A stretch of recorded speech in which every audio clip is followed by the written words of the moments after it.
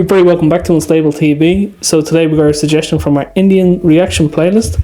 But before we get into that, if this is your first time on the channel, do not forget to like, subscribe, comment, share, hit that bell. And if you're back with us again, thanks. So what are we checking out today, Danielle? So today, James, there's a bit of beef going on between India and Canada. This is only very relatively recently, and you guys sent us over. India versus Canada. How is the world reacting? Ooh, so let's find out what's going on. Let's watch this together. Let's go. India versus Canada. How is the world reacting to this? Who is taking India's side and who is taking Canada's side? Let's explore that in this video. But before that, let's try to understand what is going on between the two nations. So India-Canada ties are hitting a new low, and unfortunately it seems that this is only the beginning. So Justin Trudeau has accused India of a killing on Canadian soil. And as you can see here, Canada expelled an Indian diplomat who was described as the head of India's intelligence agency in Canada. India rejected the allegations by Canada, calling them absurd and motivated. India pointed out that such allegations seek to shift the focus from Khalistani terrorists and extremists who have been provided shelter in Canada and continue to threaten India's sovereignty and territorial integrity. The official statement from India also mentioned that the space given in Canada to a range of illegal activities, including murders, human trafficking, and organized crime, is not new. India has also counter-attacked Canada by expelling a senior Canadian diplomat. So Canada, a colonial criminal state, can't be taken lightly, and of course India seems to be quite concerned as Canada has deep ties with the Western hypocrisy. I mean, Western democracies. So how is the world reacting to all this? Let's check it out. To start with, the USA hasn't released anything that clearly favors India in this matter. Take a look at this. As reported by Reuters, US National Security Council spokesperson Adrienne Watson said in a statement, "We are deeply concerned about the allegations referenced by Prime Minister Trudeau earlier today." The American media outlet New York Times has published this article, and please take a look at the choice of words here. The man who many in India refer to as a terrorist, according to what is written here, was a Sikh community leader. And this article by Al Jazeera refers to him as Sikh activist. Rishi Sunak, who according to many has shown some sort of spine against the Khalistanis, is expected to give a clear statement on this development. Ouch. As reported here earlier, Rishi had said, "We are working closely with our partners in the Indian government to tackle the threat from pro-Khalistan extremism, and the British police are fully empowered to deal with violent acts." It would be interesting to see if Rishi has a similar viewpoint when it comes to the ongoing situation in Canada. And how about France? Well, France has a history of maintaining some sort of independence when it comes to its foreign policy, and it hasn't always blindly followed the so-called collective West. But then, France and Canada also maintain a solid relationship, as their relationship is based on strong ties between their peoples and cultures and the shared French language. On the other hand, France is unlikely to be keen to spoil its ties with India, a country that is an emerging superpower.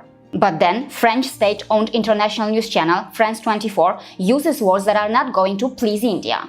Read this: killing of a Sikh activist.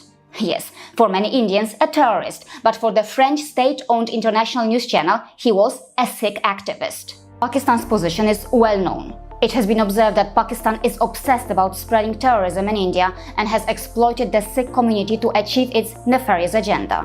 On numerous occasions, the newspapers in Pakistan have glorified the Sikh extremists and have shown them as heroes. So definitely, the ties between India and Canada are hitting a new low, but can India and Canada really afford to be each other's enemy? Can it be something like India and Pakistan?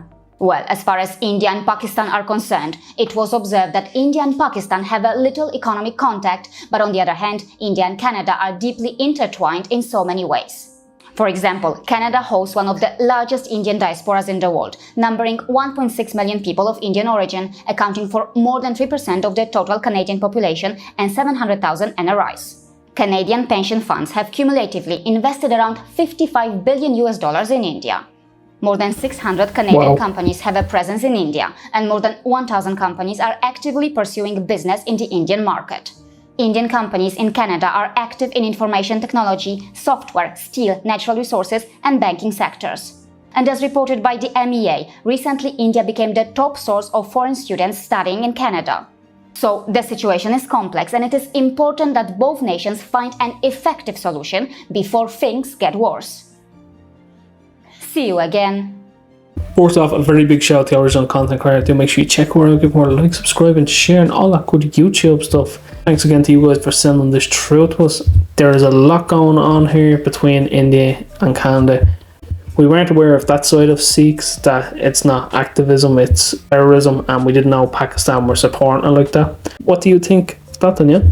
So, realistically, each country is only going to do things that will benefit their country. They're only going to do things that will make sure that they have the money coming in. And whatever's going to benefit them, that's what they're going to do. Now, they might do it in a not so obvious way, but that is what they're going to do. So, with this, it probably is going to have a big strain on India and Canada, especially since India see what's happening as terrorism and Canada are saying that it's activism. That is going to have a major play in what goes on now. So we're just going to have to wait and see in the next few months really what happens, because it's not going to be good. And I really hope India and Canada don't have the relationship that India and Pakistan have. I really hope they can pull it together and it can be better, because it's going to be beneficial for a lot of the world, not just India and Canada. It's going to help a lot of people if their relationship stays intact. So we're just going to have to wait and see. So our friends from India and Canada and across the world, we'd love to hear your thoughts about this and what your opinions actually are. The people, not just what the governments are saying to each other. If you are here, talk to us in the comment section. We will reply to you guys and have a talk with you there. And just if you have anything else on this topic that you want us to check out, please link it down below and we'll have a look. Has been our 2 cents, and we will chop ourselves out of this.